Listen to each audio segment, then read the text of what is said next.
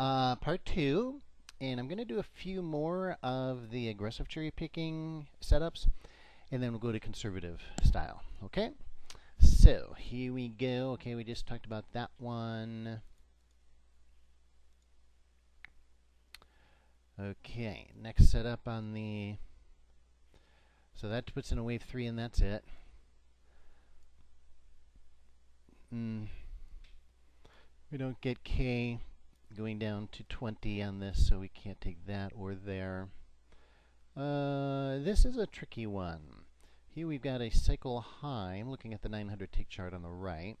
Got a cycle high, and, well, again, K doesn't get up to 80, so technically couldn't take this. But notice on DAD here, it's flat, so it might first look like a first cycle high after DAD turns down, but not really, because if you see there, DAD turns to magenta color there, so that does not count. Technically, DAD is really just flat there. All right, now that trade works out great if we would have taken it, but it didn't. It was not a great setup. So this is a good example. I'm going to take these global crosshairs off of here.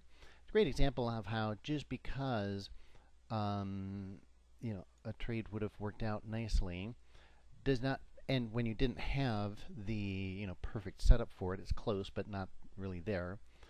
You can't second guess yourself and say, oh gosh, oh, the method doesn't work, oh, see, that would have worked out great.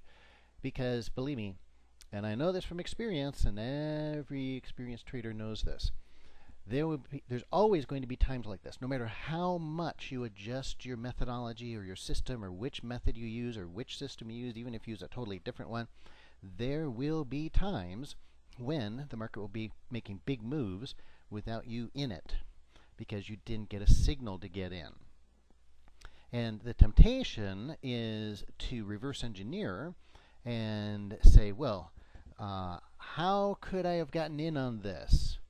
And then you'll say, well, you know what, I'll change the rules so that K doesn't have to quite get up to 80, it only has to get up to, whatever level that is, maybe 70. And, D doesn't have to be totally going down, it just has to be flat.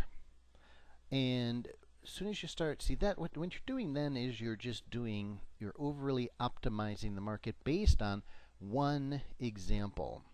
And one example is meaningless.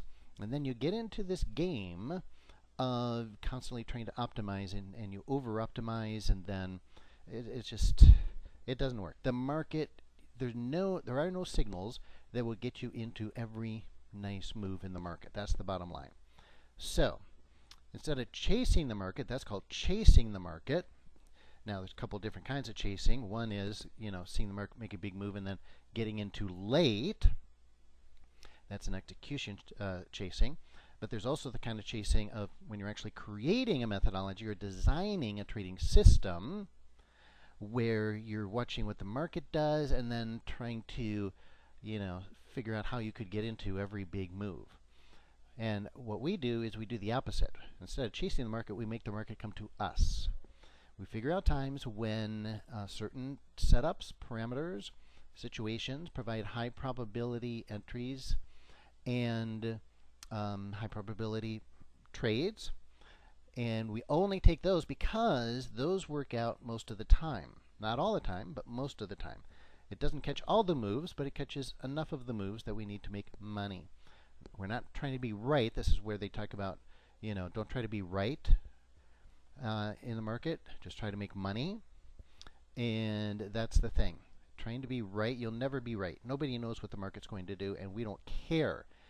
And so that's why these people who try to predict the market and, they'll make their forecasts about where the Dow will be a year from now, that's just a fool's errand. It really is. Who cares? And there's no way you can do it anyway, because you don't know what's going to happen over the next year. Dramatic news could come out in Middle East, so for example, or war could break out, or more terrorism, or the economy, changes in the economy that are unforeseen. That's just ridiculous. So, it's just putting yourself in a bad position. You're just going to put yourself in a losing position. And by the way, they've also done research and studies and shown that Again, people do this. This is how we tend to operate with our brains. Best performing, like for example, funds or fund managers. We're always tracing them, 5 years, the last 3 years, 5 years, 10 years, 20 years, whatever. And what they have found is that in many cases, many, not all, but many cases, very few exceptions, okay. Warren Buffett, for example, is a major exception. A few exceptions, but very few. The best performing indexes, managers, funds, etc., if they've been performing well, those are the worst ones to invest in. And it's interesting because that's also the idea behind the dogs of the Dow, if you're familiar with that investing strategy. You pick up the laggards instead of the winners. Interesting. Anyway, I'm getting a little off topic here. But all these concepts, it's the same concept. It's a very important concept, and it's one that I see a lot of traders making a mistake with. So I just wanted to really point that out. Okay, let's go on. Okay, so here, again, this is just a little reversion to the mean type trade. It's a little rubber band trade. Where are we here? Yeah, see again the 50 MA by the time we get over there. Don't really get that. No, that's no good. I'm looking for the K on the 300 tick chart to get down to 20, and we don't get it on these 2 cycle lows. So then you got to go here, and by that time it's already reached the 15 EMA on the 900 tick chart. So timing didn't line up. Bottom line. Oh, I need to look over here. Okay, now here again we get one of those situations where there's a kind of a confusing situation. This I want to point out because we've had this a couple of times and I didn't really draw your attention to it. There's a trade we call the first retrace after the cross, right? Now, so we get cycle high here, cycle high here. Now here, you see K didn't really reach 20 on either one of these, or I'm sorry, 80. Here it does. It just barely touches 80. Now, that's good. If it gets real close like this, I'll even take it sometimes. That one it actually does touch. But is this really the first retrace after the cross? Well, not really. That one is, even though the 50 MA is angling up. The first retrace after the cross has no reference to the angle of the 50 MA, by the way, other than it should not be, in this case, down. If it's down, it would be the first retrace in a trend. So usually it's flat. In this case, it's actually up. But again, K didn't get up to 80, so we wouldn't have taken it. Same here. Now here we have a chance to do it, but it's not really the first retrace after the cross because we've already had 2 cycle highs here. And by the way, cycle high is measured by D, not K, but whether we trade it or not is measured by K reaching 80. So just because it did that doesn't matter. Okay, so there's just nothing, there's just nothing there. Okay, now this is a really interesting one. So let's look at this one. Again, we're finding some anomalies here. Oh gosh, we got to get over to the, I don't know, maybe we're going to have to do a 3-part video series here. All right, now what's interesting, actually take the crosshairs off here because I'm getting into these patterns that are a little different, but I just feel I need to point these out because you'll run across these and you'll wonder, oh, wait a minute, is that the first retrace after the cross? Yes, that was the first retrace after the cross. Even though the 50 MA was angling up. It's okay. I mean, we could do a rubber band trade here, but then right away we've got the first retrace after the cross. But K doesn't even get close to 80. So we can't take it, even though that's the setup. Then on the next one, well, again, now it's the second retrace after the cross. And this one's the third retrace after the cross. We don't really have a trade for that, It's either the first or nothing, unless there's a really, really exceptional situation that is based on something else. Okay, but there is nothing else here. This is just the market really just going sideways is what it is. Let me point this out here. Again, it's just a contracting market is what it is. So we've gone from expansion to contraction, and you can see that also on MOM is just, it's reverting, climbing back to 0, right? So that's it. Now, what's interesting here, Again, a little bit of an unusual situation, although we see these periodically. This is your first retrace in the trend going down, and yet the 50 MA is angling down, but the price gets above the 50 MA. So it's a rubber band trade and a first retrace in the trend. So that's kind of weird. Now, what's also weird about this is, well, it's not weird, but what's significant about it, I should say, is that we have a 5-wave up on mom. So it's a reload pattern because 50 MA is angling down, but we've got a 5-wave up on mom, extended trend up on mom. So, first retrace in the trend, rubber band trade, and reload trade all in one. That's what we call concurrent setups on the same time frame. All right, but now we got to see where our trigger comes in, or if it even does come in, because we can't trade it without the trigger. So now we bring up our global crosshairs, and let's see what we get. Yeah, we could actually take it below the low of that bar there, because on the 900 chart we do have a hook down on K. We have KD and mom angling down on the long-term chart. We've got a triple cross. Wait, 1, 2, 3. Actually, I have a quadruple cross there.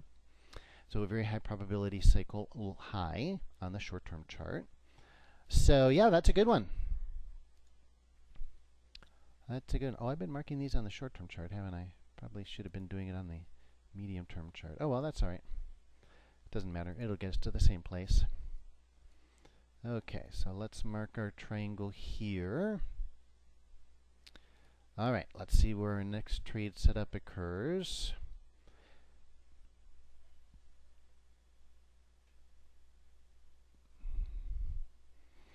By the way, interestingly, this occurs right at the end of the day, doesn't it? There are some people who have actually end of day trades that are set up, that are designed specifically to take into the close. Now, I should make some comments on that. That's viable, obviously. Some people have specific trades just for that time of day. Markets tends, and they're based on certain characteristics the market tends to have at the end of the day, at least based on their philosophy.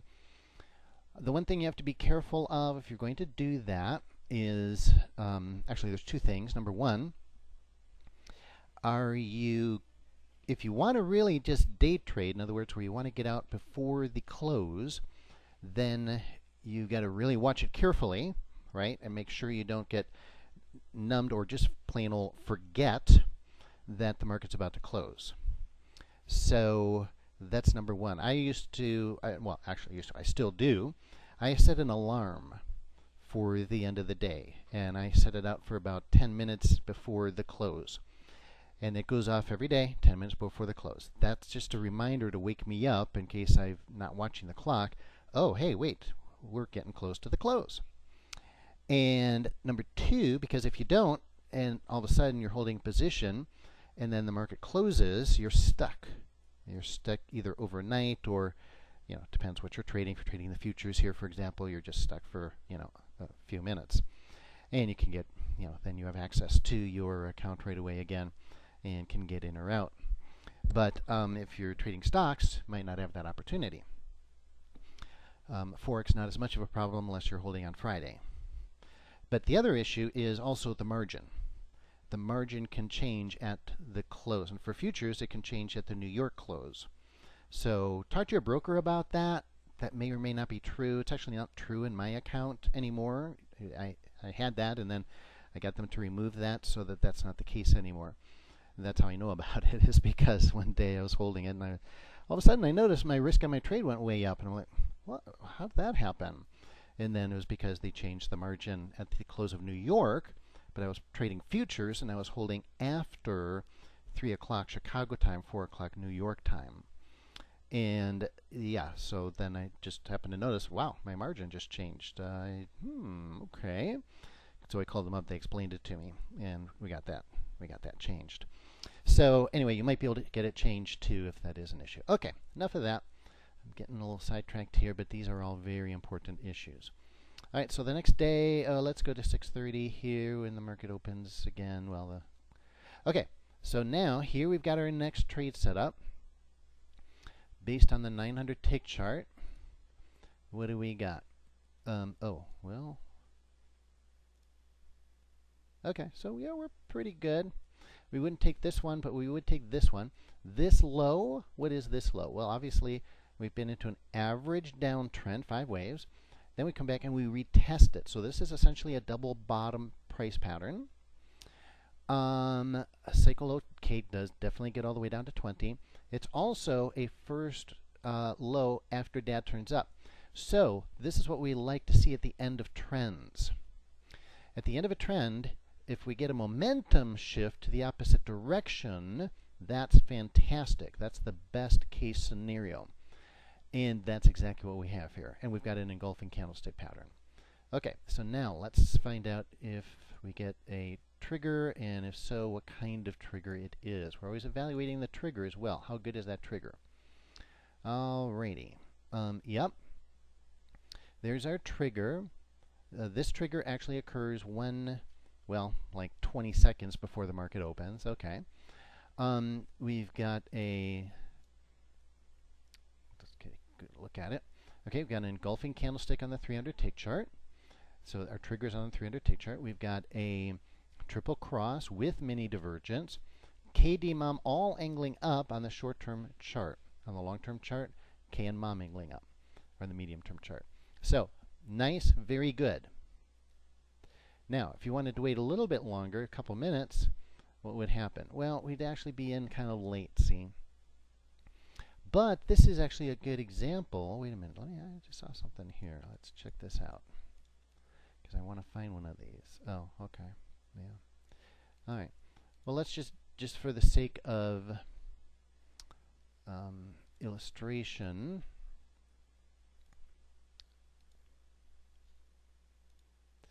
if we also had a legitimate setup here on the 900 tick chart at this time, on this cycle low on the 300 tick chart, this would be great, because then we would have what's called concurrent setups on different time frames.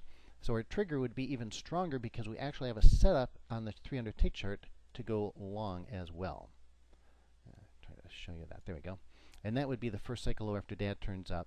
And it would happen to be, which is important, not only that trade, but after a 5-wave down trend on that same chart. And then we get a higher low on price. So that would have been great. That would have added dramatically the probability of the trade. Oh, wait. I think I forgot to mark my... Did I forget to mark one of these? Oh, well, I forgot to mark... Yeah, I forgot to mark that one. Okay, we got to mark these. Okay. So, oh my gosh, look at that time. Crazy. Went over time again. Let me just make sure this was right.